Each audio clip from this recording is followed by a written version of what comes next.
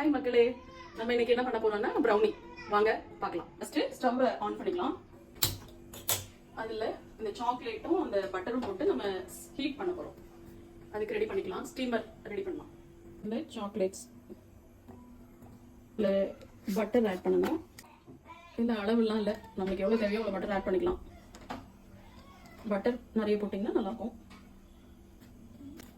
இதை வந்து இந்த ஸ்டீமர்ல வச்சிடலாம். ஹீட் ஆகிடும். அப்படியே வச்சுட்டு அப்படியே கொஞ்சம் நேரம் வெயிட் பண்ணலாம்.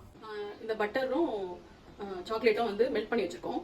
இப்போ என்கிட்ட மெஷர்மெண்ட் கப் இல்லாததுனால நான் இதை எடுத்துக்கிறேன். இதில் 2 கப்பு கோதுமை மாவு ப்ளஸ் 1 கப்பு சுகர். இதில் 1 கப் எடுத்து நம்ம நல்லா கிரைண்ட் பண்ணிக்கலாம். பார்த்துக்கோங்க, இது சூடாக இருக்கும். சூடாக இறக்கி வச்சது. இல்லை கொக்கோ பவுடர், இது வந்து ஒரு 2 ஸ்பூன் ஆட் பண்ணணும். Cocoa powder. அப்புறம் 2 கப்பு வந்து கோதுமை மாவு. ஆக்சுவலாக நான் வந்து ஹெல்த்தியாக பண்ணணுன்றதுக்காக கோதுமை மாவு யூஸ் பண்ணுறேன். பசங்களுக்கு எல்லாம் கூட கொடுக்கலாம். இது cup sugar, 2 spoon cocoa powder. இதில் வந்து நான் எக் வந்து யூஸ் பண்ணல. எக்லெஸ் கேக் தான் பண்ண போகிறேன். எக் யூஸ் பண்ணல. இது எல்லாமே போட்டு பேக்கிங் சோடா ஒரு 1 ஸ்பூன் போட்டுக்கலாம். இப்போ எல்லாமே ஆட் பண்ணிட்டோம். இப்போ நம்ம வந்து இதை வந்து நல்லா பீட் பண்ண போகிறோம். இல்லை கொஞ்சம் நம்ம மில்க் ஆட் பண்ணிக்கலாம்.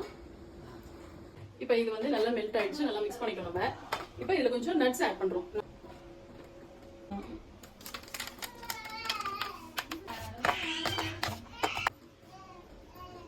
மீதி இருக்க நட்ஸ் அதை வந்து இது மேலே இப்படி அழகாக தூவிடலாம். ஆக்சுவலாக உங்ககிட்ட வந்து டூத் பிக் இருந்ததுன்னா அதை யூஸ் பண்ணி கூட இதை இப்படி பண்ணலாம். இது ஏன் பண்ணணும்னா லெவலாக வரும். இப்போ நம்ம ப்ரௌனி வந்து ஆல்மோஸ்ட் ரெடி ஆயிடுச்சு. நம்ம இதுக்குள்ளே இந்த மைக்ரோவேவ் ஓவனுக்குள்ளே வச்சு 180 டிகிரி செல்சியஸில் ஒரு 30 மினிட்ஸ் வச்சு பேக் பண்ணி எடுத்தால் நம்ம ப்ரௌனி ரெடி ஆகிடும். இப்போ நம்ம செஞ்ச ப்ரௌனி ரெடி ஆயிடுச்சு. இப்போ வாங்க கட் பண்ணி பார்க்கலாம்.